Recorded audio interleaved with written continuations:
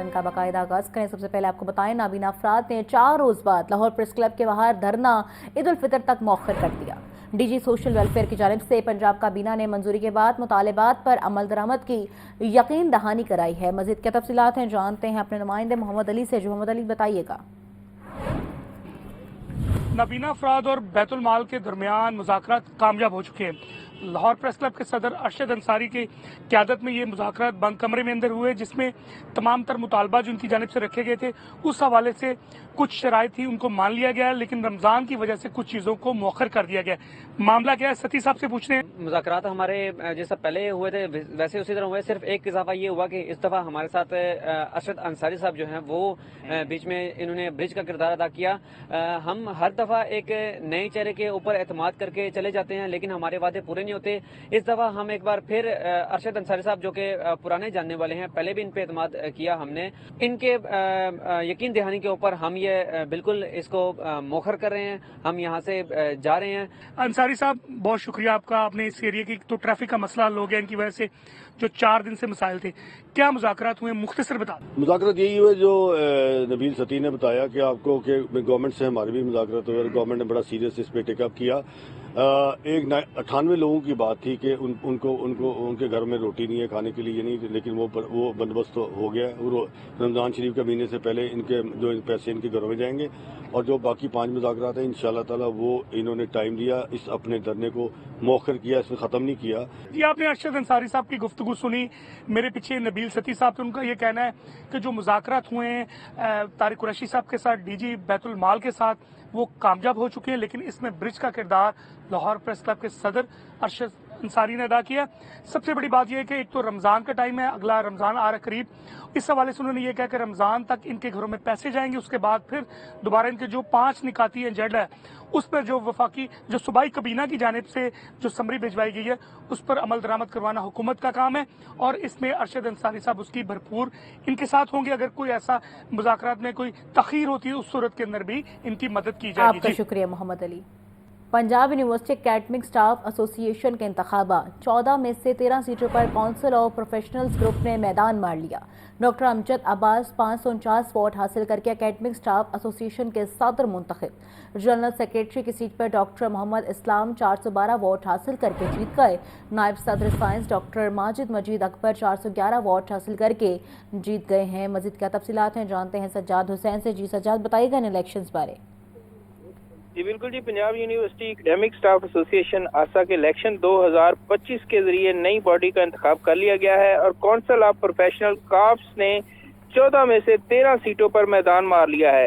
Caps group کے امیدوار doctor امجد مقصد دوسری مرتبہ 549 ووٹ لے کر صدر منتخب ہو گئے ہیں، اور جنرل سیکرٹری کی سیٹ پر ڈاکٹر محمد اسلام 412 ووٹ لے کر دوسری مرتبہ کامیاب قرار پائے ہیں۔ اسی طرح نائب صدر سائنس کی سیٹ پر ڈاکٹر ماجد مجید اکبر 411 ووٹ، اور نیب صدر آرٹس کی سیٹ پر جو ہے وہ غالب عطا 480 ووٹ حاصل کر کے جیت چکے ہیں۔ جوائنٹ سیکرٹری کی سیٹ پر ٹیچر فرنٹ گروپ کے خالد محمود نے 417 ووٹ لے کر کامیابی حاصل کی ہے، اور خزانہ دار کی سیٹ پر ڈاکٹر عامر مسعود چشتی 484 ووٹ حاصل کر کے کامیاب قرار پائے ہیں۔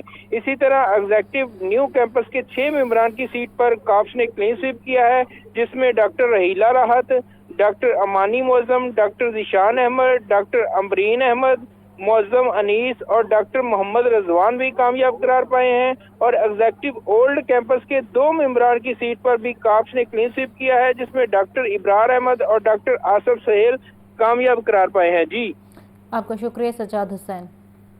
Senior member board revenue Punjab Nabeel Javed کی زیر صدارت اجلاس بایو فیول ٹورزم اور ایگریکلچر ڈیولپمنٹ کے منصوبے کا جائزہ لیا۔ ایس ایم بی آر کا کہنا تھا صوبے میں سیاحت کے فروغ کے لیے ایکٹیو ٹورزم سسٹم متعارف کروایا جا رہا ہے۔ بایو فیول منصوبے سے دھان کی باقیات کی بجلی پیدا کی جائے گی اور اسموگ کے خاتمے میں مزید مدد ملے گی۔ آپ کو اپڈیٹ کیا جا رہا ہے senior member board revenue Punjab Nabeel Javed کی زیر صدارت اجلاس بایو فیول ٹورزم اور ایگریکلچر ڈیولپمنٹ کے منصوبے کا جائزہ۔ ایس ایم بی آر کا کہنا تھا کہ صوبے میں سیاحت کے فروغ کے لیے ایکو ٹورزم سسٹم متعارف کروایا جا رہا ہے۔ بایو فیول منصوبے سے دھان کی باقیات سے بجلی پیدا کی جائے گی اور اسموگ کے خاتمے میں مدد بھی ملے گی۔ शबान उल मुअज़्ज़म बरकतों भरा महीना है जिसकी 15वीं रात शब बारात ख़ास अहमियत रखती है और ये वही रात है जिसको अल्लाह रब्बुल इज़्ज़त से रहमत और मग़फ़िरत तलब करने का ख़ास मौका करार दिया जाता है। इस हवाले से न्यूज़ रिपोर्ट देखिए। शबान का महीना अज़मतों और फजीलतों वाला है। शबानुल मौसम की 15वीं रात को नहायत बरकत वाली रात करार दिया जाता है। इस रात को निस्फ शबान की रात भी कहा जाता है और बरकतें समेटने की ये रात आ गई। वो रात जिसमें रहमतें ही रहमतें हैं, एक अज़मतों वाली शब यानी रात और बारात यानी निजात हासिल करना, बरी होना है। इसी वजह से तो इसे शब बारात कहा जाता है। ये रात रूहानी सुकून हासिल करने का बेहतरीन मौका फराहम करती है। ये रात इस बात का भी ऐलान है कि अब रमजान मुबारक की भी आमद है, इबादत के लिए कमर बस्ता हो जाएं। सुहेल कैसर, लाहौर न्यूज़। माह रमजान से कबल महंगाई का नया तूफान। दर्जे दोम का घी 10 रुपए किलो महंगा हो गया। मार्केट में दर्जे दोम का घी 560 रुपए फी किलो फरोख्त। शहरी और दुकानदार घी की कीमतों में आए रोज के इजाफे से परेशान हैं। हुकूमत से मुनाफाखोरों को कंट्रोल करने का मुतालबा कर दिया गया। दुनिया भर के बरक्स वतन अजीज में माह श्याम से कबल महंगाई के चर्चे होने लगे। दुकानदारों और घी कंपनियों की मिली भगत से घी की कीमतों में दूसरा इजाफा कर दिया गया। दर्जा दोम घी की कीमत 10 रुपए फी किलो बढ़ा दी गई। मुख्तलिफ ब्रांड्स के घी 550 रुपए से बढ़कर 560 रुपए किलो कर दिए गए। महंगाई के सताए शहरियों का कहना है कुकिंग ऑयल और घी की कीमत कुछ रोज के दौरान दोबारा बढ़ाई गई है, लेकिन इन्हें कोई पूछने वाला नहीं। हुकूमत महंगाई में कमी का राग अलाप रही है, जबकि सूरत हाल इसके बरक्स है। चंद रोज के दौरान घी की कीमत में दोबारा इजाफा हो चुका है। इससे कबल भी दर्जा दोम घी 10 रुपए किलो महंगा हुआ था। कैमरा टीम के हमरा अब्दुल कादिर, लाहौर न्यूज़। पंजाब में घरों में गाड़ियां धोने पर पाबंदी आयद। खिलाफ वर्जी पर 10,000 रुपए जुर्माना होगा। महकमा माहौलियात पंजाब ने अहकाम जारी कर दिए। अदालती हुक्म पर खसूसी कमेटी भी तश्कील दे दी गई। रिपोर्ट कर रहे हैं सुहेल कैसर। पानी के तहफ़्फ़ुज़ को यकीनी बनाने के लिए लाहौर हाई कोर्ट के अहकामात की रोशनी में पंजाब में घरों में गाड़ियां धोने पर पाबंदी आयद कर दी गई। तमाम गैर कानूनी सर्विस स्टेशन भी फौरी बंद कराने का हुक्म दे दिया गया। पानी रिसाइकिल करने के सिस्टम के बगैर चलने वाले सर्विस स्टेशन पर 1 लाख रुपए जुर्माना होगा। 28 फरवरी तक पंजाब भर के सर्विस स्टेशन को पानी रिसाइकलिंग सिस्टम लगाने की हिदायत की गई है। महकमा तहफ़्फ़ुज़ माहौलियात के मुताबिक घरों में गाड़ी धोने और पाइप के इस्तेमाल पर 10,000 रुपए जुर्माना होगा, जबकि तामीराती मुकाम पर भी जमीनी पानी के इस्तेमाल पर पाबंदी होगी। नोटिफिकेशन के मुताबिक पंजाब एनवायरमेंटल एक्ट के तहत तमाम पाबंदियों का इतलाक फौरी होगा। पाबंदी पर अमल दरामद को यकीनी बनाने के लिए खसूसी कमेटी भी तश्कील दे दी गई है। शहर में 455 रजिस्टर्ड सर्विस स्टेशन पानी का बेदरीग इस्तेमाल करने लगे। सर्वे के मुताबिक शहर में 360 सर्विस स्टेशन पर लगे रिसाइकलिंग प्लांट बंद पड़े हैं। रिपोर्ट कर रहे हैं इस हवाले से नुमाइंदा लाहौर न्यूज़ ज़ैनुल आबिदीन। पंजाब हुकूमत का घरों में गाड़ियां धोने और सर्विस स्टेशन से मुतालिक फैसला। सर्विस स्टेशन पर रिसाइकल प्लांट्स की अदम मौजूदगी से मुतालिक इंकशाफात सामने आ गए। शहर में 455 रजिस्टर्ड सर्विस स्टेशन पानी का बेदरेग इस्तेमाल कर रहे हैं। सर्विस स्टेशन को कानूनी दायरा कार में लाने के लिए वासा ने कोताही का मुजाहरा किया। वासा इंतजामिया की चेकिंग न होने से सर्विस स्टेशन रिसाइकल प्लांट्स की मॉनिटरिंग न हो सकी। वासा इंतजामिया ने 2019 में 200 से ज्यादा सर्विस स्टेशन पर रिसाइकल प्लांट लगवाए। 90% सर्विस स्टेशन पर रिसाइकल प्लांट्स बंद पड़े हैं। मॉनिटरिंग न होने से बेशतर सर्विस स्टेशन के प्लांट्स बंद हैं। गाड़ियां धोने के लिए इस्तेमाल होने वाले पानी को दरिया बुर्द किया जा रहा है। वासा ने जुडिशियल कमीशन के अहकामात के बरक्स सर्विस स्टेशन की मॉनिटरिंग के लिए मैकेनिज्म ही नहीं बनाया। कैमरा टीम के हमरा ज़ैनुल आबिदीन, लाहौर न्यूज़। फिरोजपुर रोड पर बाइकर्स लेन तो बन गई, आगाही एनफोर्समेंट न होने से लेन हादसात का बायस बनने लगी। ट्रैफिक पुलिस और LDA ने मुनासिब आगाही ना दी। बाइकर्स और गाड़ियों के लिए खतरनाक सूरत हाल पैदा हो चुकी है। मकासद ताहाल हासिल ना हो सके। इस हवाले से न्यूज़ रिपोर्ट देखिए। फिरोजपुर रोड पर बनने वाली बाइकर लेन को फाल हुए 1 हफ्ता गुजर गया, मगर ये लेन आगाज में ही बदनज़मी का शिकार हो चुकी है। कोई गाड़ी करबर से जा टकराई तो किसी ने करबर पर गाड़ी चढ़ा दी। रिक्शे, लोडर और दीगर भारी गाड़ियां भी मखसूस लेन में आजादाना घूमती रहीं। बाइक्स बाइकर लेन में चलने के बजाय फास्ट लेन में चल रही हैं, जबकि बाइकर लेन में पब्लिक ट्रांसपोर्ट और प्राइवेट गाड़ियां दंदनाती फिर रही हैं। बाइकर लेन बनाने के मकासद ताहाल हासिल न हो सके। बाइकर लेन का क्याम एक मस्बत कदम तो है, मगर जब तक शहरियों को मुकम्मल आगाही नहीं दी जाती तब तक ये हादसात का बायस बन सकती है। कैमरा और रिपोर्टिंग टीम के हमरा ज़ैनुल आबिदीन, लाहौर न्यूज़। पंजाब के 32 प्राइवेट मेडिकल कॉलेजेस में दाखिलों के लिए दूसरी सिलेक्शन लिस्ट जारी कर दी गई। तर्जुमान के मुताबिक यूनिवर्सिटी ऑफ हेल्थ साइंसेज ने सिलेक्शन लिस्ट अपनी वेबसाइट पर जारी की है। दूसरी सिलेक्शन लिस्ट MBBS की 1744 सीटें खाली की गई हैं। इस हवाले से रिपोर्ट कर रहे हैं मोहम्मद बिलाल।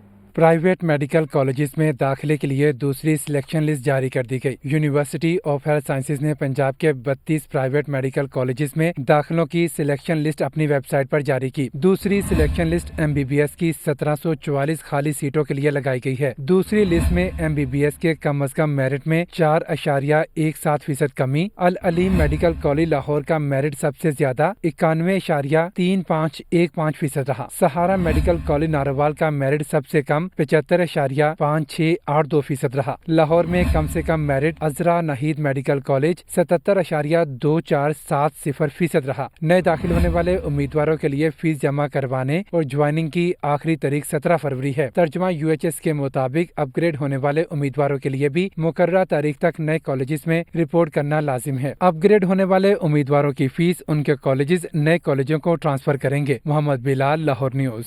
एहसास इनकलाबी शायर फैज़ अहमद फैज़ का आज यौम पैदाइश है। उन्होंने अपनी शायरी के जरिए उर्दू ज़ुबान को बैनुल अक़वामी सतह पर सरबुलंद किया। इन्हें इल्मी और अदबी खदमात पर मुतअद्दिद आलमी और कौमी एजाज़ात से नवाजा गया। फैज़ वाहिद एशियाई शायर थे जिन्हें लिरन पेस अवार्ड मिला। इस हवाले से न्यूज़ रिपोर्ट देखिए।